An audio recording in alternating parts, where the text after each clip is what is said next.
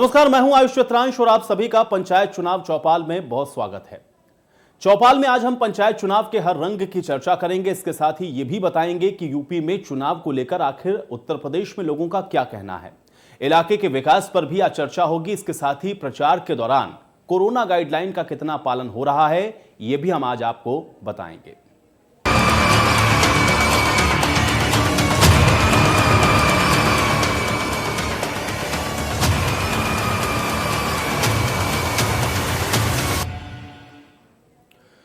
तो त्रिस्तरीय पंचायत चुनाव के दूसरे चरण के लिए आज से नामांकन की प्रक्रिया शुरू हो गई है। लखनऊ सहित कई जिलों में दूसरे चरण के मतदान का नामांकन सुबह से शुरू हुआ है।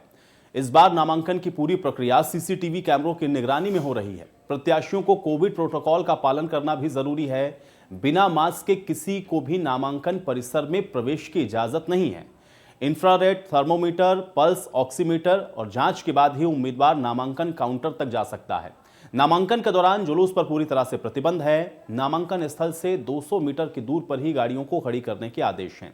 गाड़ी परिसर में ना आए, इसके लिए हर तरफ बैरिकेडिंग की व्यवस्था है। सभी ब्लॉक पर वरिष्ठ अधिकारियों की तैनातियां हैं। राजधानी लखनऊ की ही अगर हम बात करें तो यहां पर सभी नामांकन स्थल के गेट से लेकर नामांकन काउंटर तक सीसीटीवी कैमरों को लगाया गया है। ब्लॉक में 5 से 8 कैमरे लगे हैं। प्रवेश द्वार पर, गैलरी, नामांकन काउंटर के बाहर, नामांकन काउंटर के भीतर सभी स्थानों पर सीसीटीवी कैमरों को लगाया गया है। बीडीओ के कमरे में इसका एक कंट्रोल रूम भी बाकायदा बनाया गया है।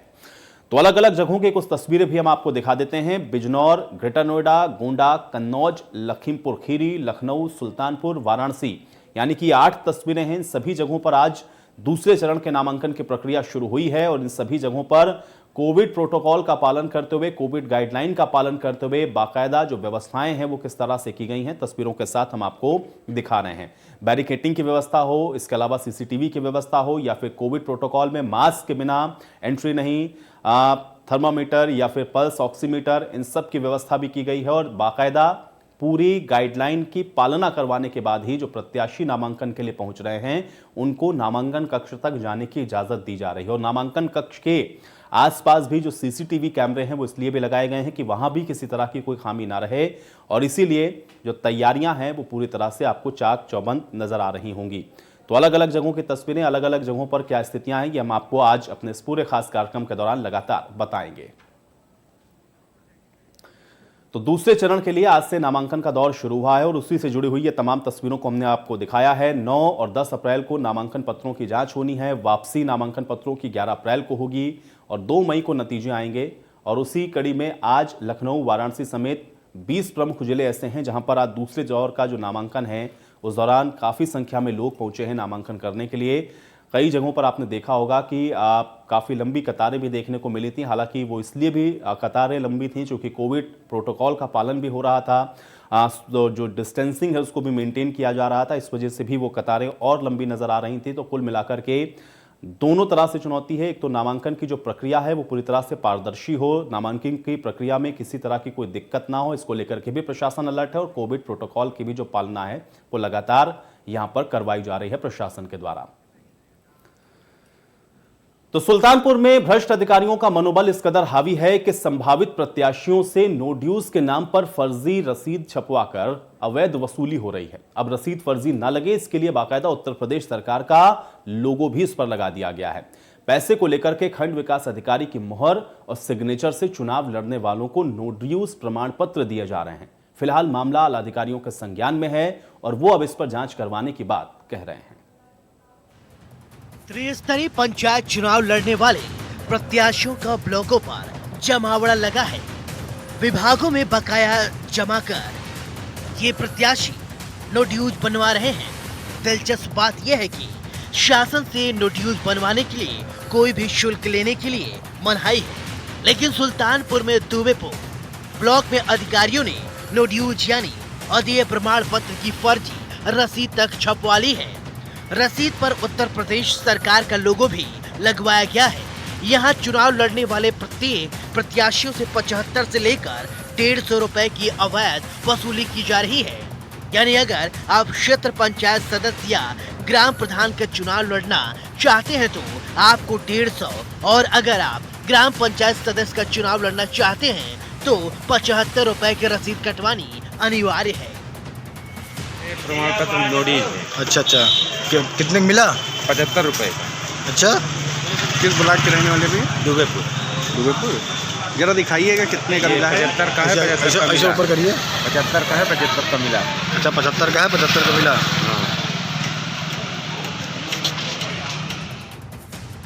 फर्जी रसीद छपवाकर नो ड्यूज के नाम पर वसूली के बारे में जब जिलाधिकारी रवीश गुप्ता से बात की गई तो उनका कहना है कि कई ब्लॉकों से इस तरह रसीद छपवाकर अवैध वसूली की शिकायत मिली है। उनका कहना है कि संबंधित खंड विकास अधिकारियों से रिपोर्ट मंगवाई जाएगी और नियमानुसार कार्रवाई की जाएगी। एक दो फोटोग्राफ्स ऐसी संज्ञान में आई हैं कि उसकी रसीद काटी गई है। इस पर संबंधित वीडियो से रिपोर्ट ली जाएगी कहाँ किया है, और यदि ऐसा कोई उन्होंने किया है, यदि त्रुटिवश किया है तो वापस कराया जाएगा, और इसके जिसने भी इस तरह की कार्रवाई की है बिना नियम के उसके विरुद्ध कार्रवाई भी की जाएगी। वैसे अभी नो ड्यूज़ के लिए वो भी क्लियर भी हो गया है कि अब नो ड्यूज़ केवल जिनके ड्यूज़ रहे हैं उन्हीं के लिए आवश्यक है। नो ड्यूज़ के आधार पर कोई नामांकन रिजेक्ट नहीं होगा जब तक वो ड्यूज़ वाली सूची में नहीं रहेगा। ड्यूज़ वाली सूची पंचायतें, तीनों स्तर की पंचायतें अपनी बना रही हैं, तो इससे कोई समस्या नहीं। गौरतलब है कि शासन स्तर से चुनाव लड़ने वाले प्रत्याशियों को किसी से भी नो ड्यूज यानी अदेय प्रमाण पत्र बनवाने की कोई जरूरत नहीं है। यदि आपका किसी विभाग में बकाया है तो उसका भुगतान कर आप अपना नामांकन कर सकते हैं। नामांकन के दौरान आपके पत्र और बकाये की जांच होगी। अगर किसी भी विभाग में बकाया रहा तो आपका नामांकन निरस्त कर दिया जाएगा, लेकिन प्रमाण पत्र लगाने की कोई जरूरत नहीं है। सुल्तानपुर से विष्णु निषाद की रिपोर्ट।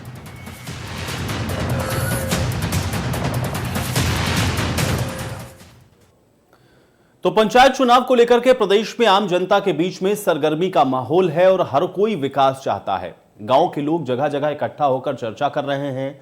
जालौन उरई विधानसभा के ग्राम प्रतापपुरा में जब इंडिया न्यूज की टीम ने चौपाल लगाकर गांव के लोगों से बात की तो लोगों ने कहा कि उन्हें विकास चाहिए और कुछ नहीं। ग्रामीणों में चुनाव को लेकर के भी उत्साह का माहौल देखने को मिल रहा है। मत का प्रयोग जो है आपके गांव के कुछ लोग बाहर होंगे, उन्हें भी बुलवाएंगे। हाँ, उन्हें भी बुलवाने की कोशिश की जा रही है विकास के लिए कि अच्छा, इस कोई समय अच्छा। ऐसा भी सुना जा रहा है कि क्षेत्र में कुछ प्रलोभन दिया जा रहा है। क्या आपके यहाँ भी ऐसा है, कोई प्रलोभन दिया जा रहा हो वोट देने के लिए? ऐसा वैसा अभी हमारे यहाँ ऐसा प्रलोभन नहीं है। देखिए, गांव में जो है गांव के लोग उत्साहित हैं, चुनाव के लिए उत्साहित। ये त्रिस्तरीय चुनाव है, इसके लिए पूरा गांव उत्साहित है कि जो है जल्द से जल्द मत का प्रयोग करें। कोविड-19 का भी पालन करेंगे और व्यस्तता इतनी है कि खेती किसानी का भी काम चल रहा है। लोग उसके बाद भी समय निकालकर चुनाव में पूर्ण सहयोग कर रहे हैं। इंडिया न्यूज के लिए जालौन से प्रवीण द्विवेदी की रिपोर्ट। वहीं बहराइच में भी कोरोना और पंचायत चुनाव को लेकर के ग्रामीणों की चौपाल हुई है। उत्तर प्रदेश में एक तरफ जहां पंचायत चुनाव होने हैं तो दूसरी तरफ कोरोना का भी कहर जारी है। अब ऐसे में चुनाव के दौरान गांव का माहौल कैसा होगा, किस तरह लोग सोशल डिस्टेंसिंग का पालन करेंगे, इसको लेकर के इंडिया न्यूज संवाददाता संजय मिश्रा ने सिमरिया गांव में चौपाल लगाई और ग्रामीणों के साथ खास बातचीत की है। पंचायत चुनाव का बिगुल बजने के बाद गांव में अब गहमागहमी का माहौल देखने को मिल रहा है। मैं इस समय हेमरिया गांव में हूं और मेरे पीछे आप देख पा रहे हैं कि ये गांव के कुछ ऐसे लोग हैं जो इस समय दोपहर में अपने घरों को आए हैं। हालांकि इस समय गेहूं की कटाई का वक्त है। तमाम ऐसे ग्रामीण हैं जो अपने खेतों में ही मिलेंगे, लेकिन ये वो लोग हैं जो अभी इस समय घर पे आए हुए हैं और बामुश्किल इनसे हमारी मुलाकात हुई है। आप देखिए, सबसे अच्छी बात यह है कि अभी इनके बीच में हमने कोरोना की बात की तो इनको सभी को पता है कि कोरोना क्या चीज़ है। इसी वजह से देखिए, लोग डिस्टेंस बना करके दूर दूर खड़े हैं। हालांकि सभी के पास मास्क नहीं है, लेकिन जिनके पास तौलिया है वो लोग अपने मुंह पे तौलिया भी लगाए हुए हैं। इनसे हम बात कर लेते हैं कि सरकार ने एक गाइडलाइन जारी किया है और वो गाइडलाइन ये है कि जो लोग भी प्रचार पे निकलेंगे, 5 से अधिक लोग प्रचार पे नहीं निकलेंगे। और सबसे अच्छी बात यह है कि जो इस बार चुनाव हो रहा है उसमें शायद ऐसे जो प्रत्याशी हैं जो ये सोचते होंगे कि हम पैसा बांट करके, हम मांस मदिरा बांट करके हम वोट ले लेंगे, तो शायद अब उनकी ये भूल साबित होगी, क्योंकि लोग जागरूक हो चुके हैं। हम इनके बीच में आए हैं, इनसे पूछ लेते हैं कि ये कैसा प्रत्याशी चाहते हैं और कोरोना को लेकर के क्या इनके मन में है। क्या नाम है आपका? राकेश यादव। हेमरिया के रहने वाले जी।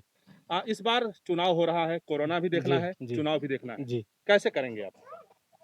पहले तो हम सोशल डिस्टेंसिंग बनाएंगे कोरोना काल के लिए, ताकि हमको कोई बीमारी आ ना सके, और हम ऐसा प्रत्याशी चुनेंगे जो हमारे गांव को विकास करे हमारे गांव के लिए और हमारे गांव को खुशहाल रखे। हमारे गांव में बहुत सारे गरीब लोग हैं जो बहुत नीचे हैं, वो गरीब लोगों को ऊपर बढ़ाए और हमारे गांव के लिए विकास करे और खुशहाली लाए। मैं ऐसा प्रत्याशी करूँगा। हर बार ये देखा जाता है कि तमाम ऐसे प्रत्याशी होते हैं जो जब समय आता है तो पैसा बांटते हैं, मांस मदिरा बांटते हैं, शराब बांटते हैं, उसके बाद वोट ले लेते हैं, फिर 5 साल तक वो ना कोई विकास करते हैं, ना घूम करके आपके पास आते हैं। तो क्या इस बार भी वही चलेगा? नहीं, इस बार वो नहीं चलेगा। नहीं चलेगा? नहीं चलेगा। देखिए, और भी हमारे साथ कई लोग हैं, इनसे हम बात कर लेते हैं कि क्या कोरोना को लेकर के क्या उनकी सोच है, किस तरीके से वो जनता के बीच में जाएंगे और जिस तरीके से सरकार ने गाइडलाइन जारी किया है उसका कितना पालन करेंगे और किस तरीके का वो प्रत्याशी चाहते हैं, क्योंकि गांव में इस समय चुनाव की गहमागहमी है। तमाम ऐसे लोग हैं जो दरवाजे दरवाजे जा रहे हैं वोट मांगने के लिए कि हमें जिताइए, हम गाँव का विकास करेंगे। तो ये लोग क्या कहते हैं, इनसे बात कर लेते हैं। आप क्या कहेंगे? आप इस बार चुनाव होने वाला है, जल्द ही पर्चा दाखिला हो जाएगा और कोरोना भी देखना है, कैसे करेंगे? हम लोग कोरोना का पालन करेंगे और जो है प्रधान ऐसे बनाएंगे ना हमको लोगों का किसी का पैसा चाहिए ना किसी का, हमको लोगों का गांव का विकास चाहिए और मतलब हमको लोगों को आवाज़ चाहिए और काम मतलब होता रहा पूरा गांव के। जहाँ पे रोड नहीं होंगे वो रोड होना चाहिए असल में, और जो सरकार कह रही है उसका हम लोग पालन करेंगे। आप क्या कहना चाहेंगे?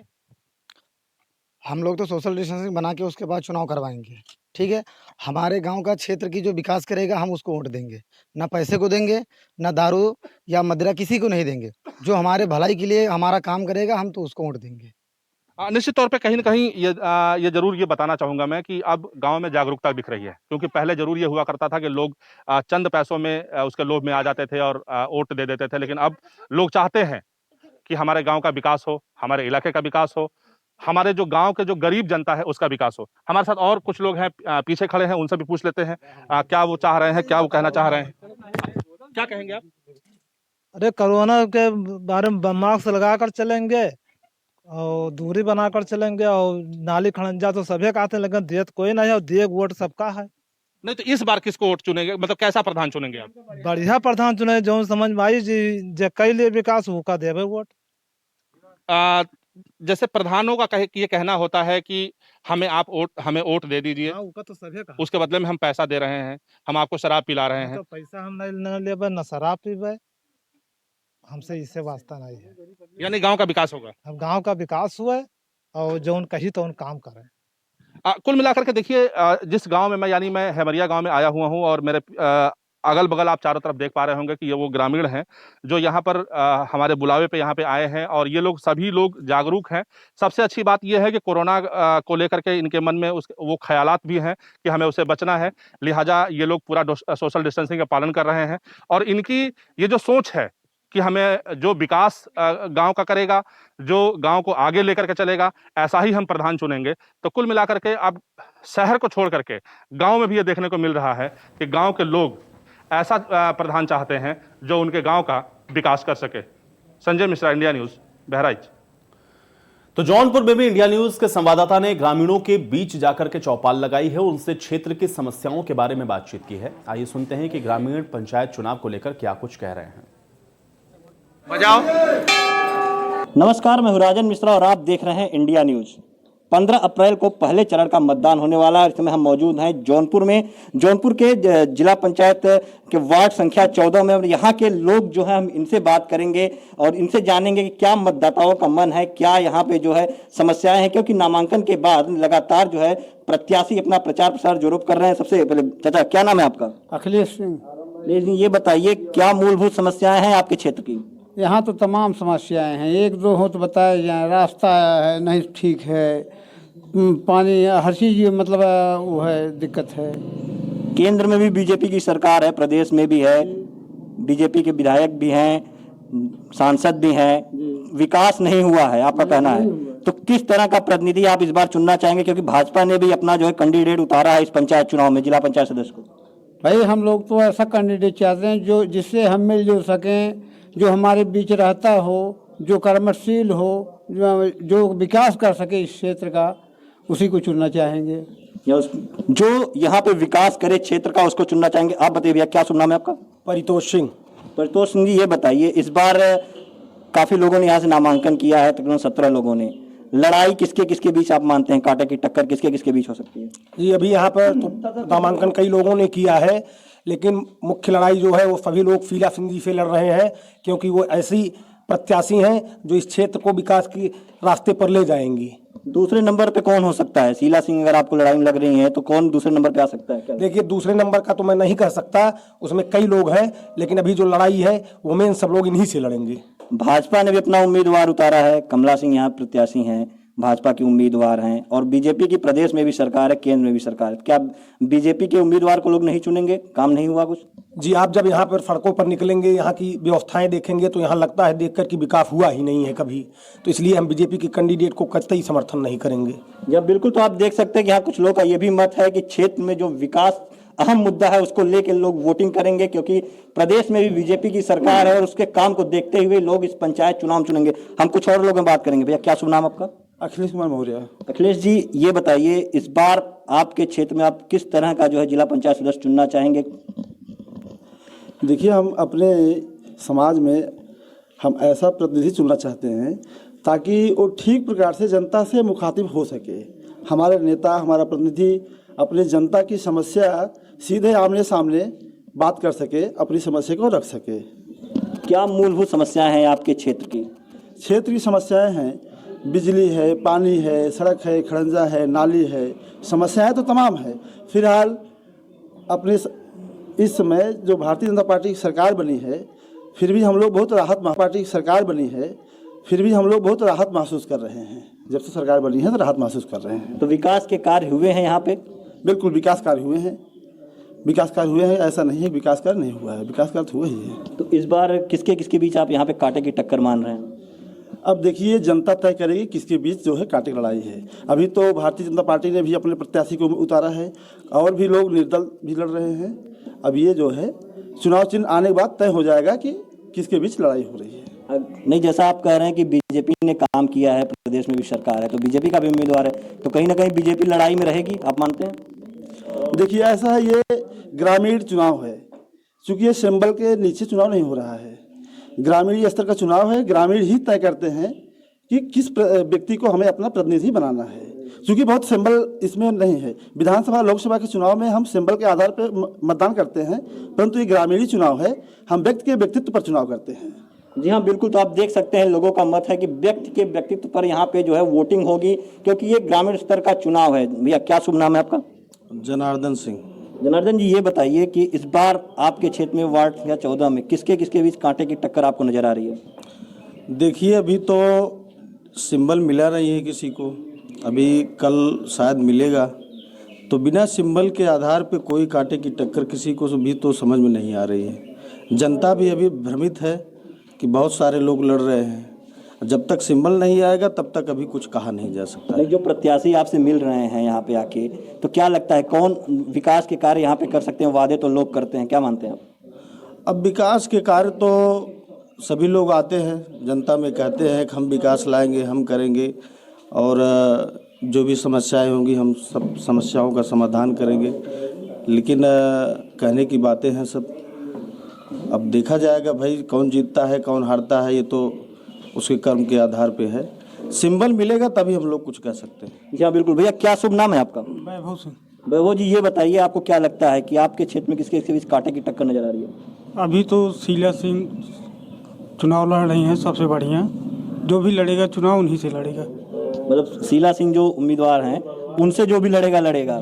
बीजेपी की प्रदेश में सरकार है, केंद्र में, और बीजेपी बोल काम भी हुआ है, तो क्या लगता है बीजेपी के उम्मीदवार नहीं लड़ेंगे? बिल्कुल लड़ेंगे, लेकिन बीजेपी की यहाँ उतना वो नहीं है। अभी तो शीला सिंह से ही लड़ेंगे जो भी चुनाव लड़ेंगे। जी हाँ, बिल्कुल। तो आप देख सकते हैं कि यहाँ पे जो लोग हैं, जो मतदाता हैं, जो वार्ड संख्या 14 के जो लोग हैं, उनका कहना है कि शीला सिंह जो यहाँ से वार्ड संख्या 14 से चुनाव लड़ रही हैं, उनकी लड़ाई भाजपा की उम्मीदवार कमला सिंह से होती हुई साफ नजर आ रही है। लेकिन मतदाता किसे अपना वोट देगी, ये आने वाले 15 अप्रैल को ही पता चलेगा। Rajan Mishra, India news, Jaunpur. तो चलिए, इसी के साथ पंचायत चुनाव चौपाल में मेरे साथ फिलहाल इतना ही, लेकिन आप बने रहिए इंडिया न्यूज के साथ। नमस्कार।